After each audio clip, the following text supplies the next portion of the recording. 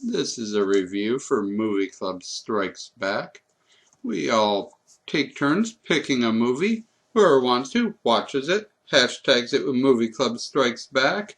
They're all collected, put on to the combined Facebook page, and enjoyed by all. This week I got to pick, and I chose Thank You for Smoking. This movie is based on a novel by Michael Buckley. It took 12 years to get made and is written and directed by Jason Reitman, who's best known for directing Juno. The movie stars Aaron Eckhart as a lobbyist for tobacco companies.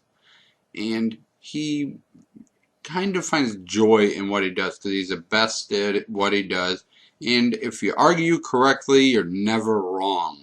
So he doesn't really see a downside in what he's doing. Not at first, of course. His views progress throughout the movie, and he travels around the country with his son. His son's barely in the book, but is a huge part of the movie. They go to California and meet the original Marlboro Man and try to bribe him into not telling people that his cancer is from the cigarettes.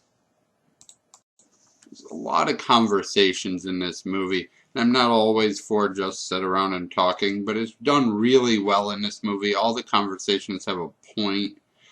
There's actually 15 scenes in this movie that were cut. They're all in the DVD. And there's good reasons for them. The movie is really concentrated on keeping the pace up and cutting down the conversations to having the important moral message and important direction of the movie that they're looking for instead of just people rambling like I am. The bad guy in this movie is William H. Macy.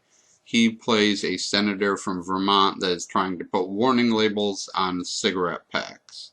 And he really, really hates Aaron Eckhart's character. He keeps trying to send flunkies up against him on talk shows. That's actually how the movie starts. And Eckhart's just able to out-argue them.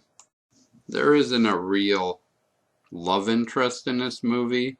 Katie Holmes is in there as a reporter that he's sleeping with.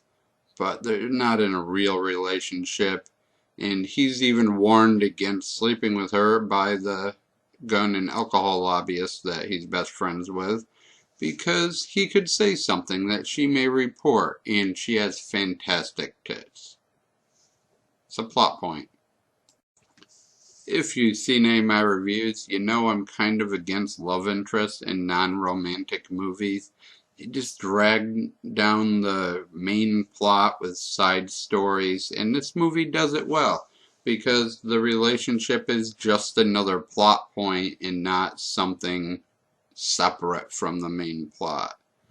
The kid is the same thing. There's no whiny little kid. He's quiet at first, but as soon as his dad starts having influence on him, he opens up, starts acting like his dad, and it's a plot point and moves everything forward. The kid's really good. He was in a movie called Running Scared with Paul Walker that I almost picked for this selection. May have to review that someday. But yeah, I like this one. It's funny. A lot of people put a lot of work into this. Took 12 years to get made. It was paid for by the founder of PayPal. The author was involved in it. Some of the plot was changed from the book, but not a lot.